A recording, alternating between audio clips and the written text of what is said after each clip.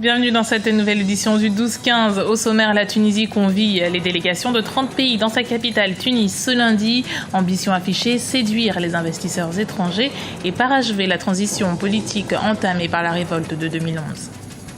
L'opposition malienne célèbre à sa façon le premier anniversaire du mandat du président Ibrahim Boubacar Keïta. 3000 personnes étaient réunies à Bamako, la capitale, ce dimanche pour critiquer le bilan du chef de l'État. Et puis, le Conseil exécutif de l'Union africaine se réunit ce lundi 8 septembre en urgence à Addis Abeba. La capitale éthiopienne abritera un sommet extraordinaire pour lutter contre une épidémie de fièvre hémorragique sans précédent. Ils sont 30 pays représentés à Tunis ce lundi à la conférence destinée à renforcer la croissance économique. La Tunisie espère ainsi susciter l'intérêt des investisseurs étrangers à moins de 2 mois de ces élections législatives. Une liste de 22 projets jusque-là tenus secrètes devrait être soumise aux investisseurs. 22 projets qui se chiffreraient autour de 5 milliards d'euros selon les sources officielles. Des investissements qui font partie intégrante de la révolution du jasmin déclenchée en 2011 d'après Elias Farfar, ancien ministre des Finances. On l'écoute.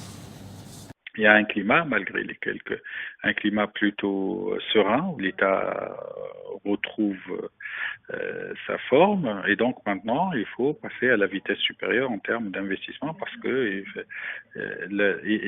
à la base, la révolution avait deux objectifs ou 2 demandes. Le peuple a demandé 2 choses. D'une part, la démocratie, la liberté, et également parce qu'il y avait un problème de chômage, un problème de disparité régionale. Et si on ne résout pas cette deuxième problématique, à savoir, et ça se fera que à travers l'investissement en infrastructure, l'investissement privé, les investissements directs étrangers, on va pas réussir la totalité de la demande révolutionnaire de la transition. Il y a un an, presque jour pour jour, Ibrahim Boubacar Keïta devenait président de la République du Mali. L'occasion de dresser un premier bilan de son action à la tête de l'État. Le retour à l'ordre constitutionnel et la crise au nord du Mali constituaient les enjeux majeurs du début de son quinquennat. Et les conclusions de l'opposition sont sans appel. Le point avec Guillaume Durand. L'opposition malienne critique le bilan du président Ibrahim Boubacar Keïta un an après son arrivée au pouvoir. Ce dimanche s'est en effet tenu à Bamako un grand meeting des forces de l'opposition qui a réuni plus de 3000 personnes. La corruption, la gestion difficile de la question du nord du Mali ou encore la sécurité et les conditions de vie des populations dans cette région comptent parmi les principaux reproches adressés aux autorités maliennes. La lutte contre la corruption n'a pas pris vraiment de l'ampleur. Et il y a un manque de transparence, notamment au niveau de l'achat de son avion personnel, l'avion présidentiel. La rébellion au nord sévit encore et les négociations piétinent. Disons un manque de mainmise sur tout le pays. Économiquement, il n'y a pas eu beaucoup d'avancées parce que le président il était pris dans ces négociations ou dans autre chose, des problèmes politiques. Néanmoins, les pourparlers engagés à Alger ouvrent pour certains analystes la voie vers un véritable dialogue civique. Surtout, le premier enjeu du mandat d'Ibrahim Boubacar Keïta, le retour à l'ordre constitutionnel au lendemain de la crise, a été mené à bien. Le premier problème auquel il fallait se confronter, on était confronté, c'était le retour à l'ordre constitutionnel. Sur ce plan, nous pourrons quand même reconnaître non seulement l'ordre constitutionnel a été établi, mais je pense que la junte est rentrée dans les rangs.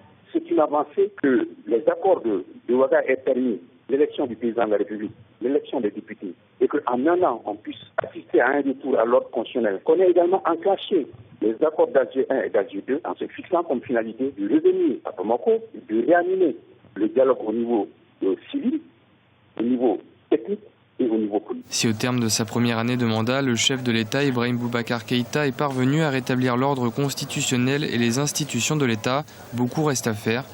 Les bases du dialogue intermalien sont posées. Reste à savoir si les pourparlers engagés à Alger permettront enfin de trouver un terrain d'entente après de longues années de troubles. Au lendemain des promesses de dons américains et européens pour lutter contre le virus Ebola, l'Union africaine se réunit en urgence à Addis Abeba en Éthiopie.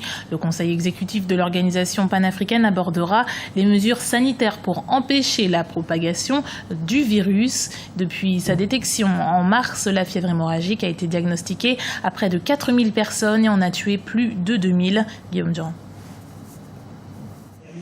L'Union africaine entend consolider les efforts collectifs du continent contre le virus Ebola.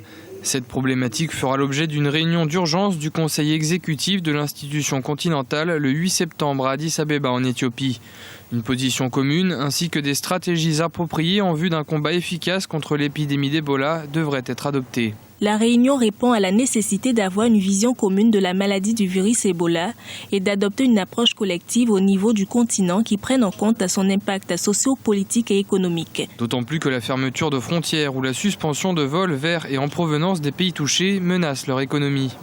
Certains pays ont exprimé leur crainte que ces mesures n'aient des conséquences socio-économiques et culturelles graves et ne conduisent à terme à une augmentation des souffrances des populations de pays affectés. Le Conseil de paix et de sécurité de l'Union africaine a décidé le mois dernier d'autoriser le déploiement immédiat d'une mission médicale, militaire et civile conjointe contre l'Ebola sous la direction de l'Union africaine qui comprendra des médecins, des infirmiers et d'autres personnels paramédicaux ainsi que du personnel militaire.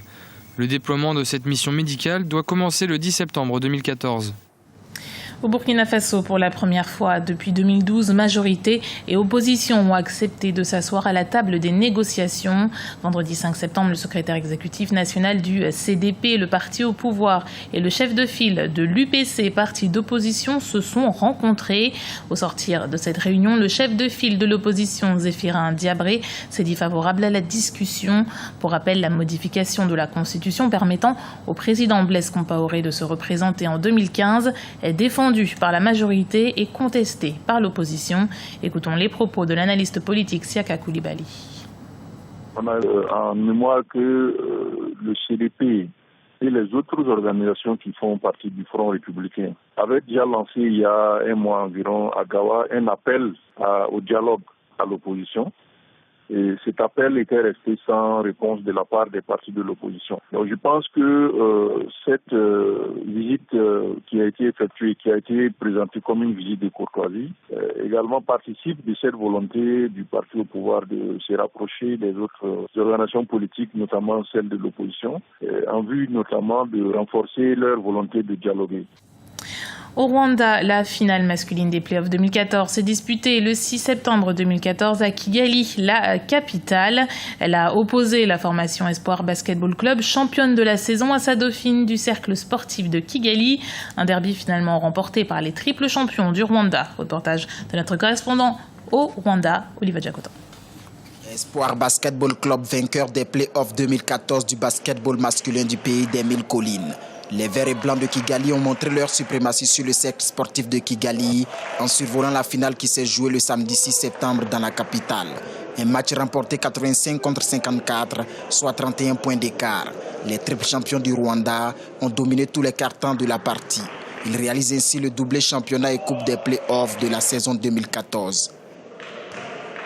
Je suis très content. C'est doublé pour moi le playoff et le championnat dans cette année de 2014. Pour moi, c'est très content. Je suis très content. C'est la volonté. On était tout fâchés parce qu'on a mal joué à Mombasa.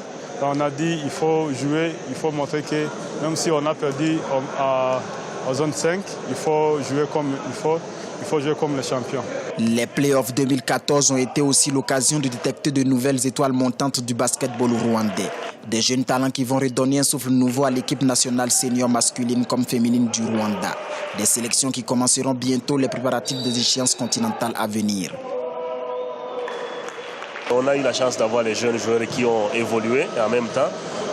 Parce que dans les années passées, on avait seulement les mêmes joueurs qui circulaient dans les mêmes équipes. Mais on a pu avoir des joueurs qui ont été bien formés et puis qui ont été compétitifs durant ce championnat. Et puis ça nous a permis que ces jeunes pourront participer dans plus de compétitions et on a plus de chances de licencier que les années passées. La sélection nationale senior masculine va participer à la fin septembre en Ouganda au tour qualificatif de la zone 5. Une étape cruciale pour obtenir un ticket pour la phase finale de l'Afrobasket 2015. Et l'arrivée des basketteurs expatriés rwandais est imminente pour renforcer davantage la dite sélection afin d'atteindre cet objectif. Et du football pour terminer ce journal avec les résultats des premières journées des éliminatoires de la Coupe d'Afrique des Nations 2015. La compétition aura lieu au Maroc. Les Aigles du Mali ont battu ce dimanche le Malawi 2-0. Et pour les autres rencontres du week-end, le Cameroun s'est défait de la République démocratique du Congo 2-0. Les Fennecs algériens ont battu l'Éthiopie 2-1. La Côte d'Ivoire s'est difficilement imposée face à la Sierra Leone 1-0. Et les Super Eagles du Nigeria se sont inclinés à domicile face au Congo. C'était le journal de la rédaction. Merci de l'avoir suivi. Retrouvez dans un instant une nouvelle édition du 12-15 sur Africa 24.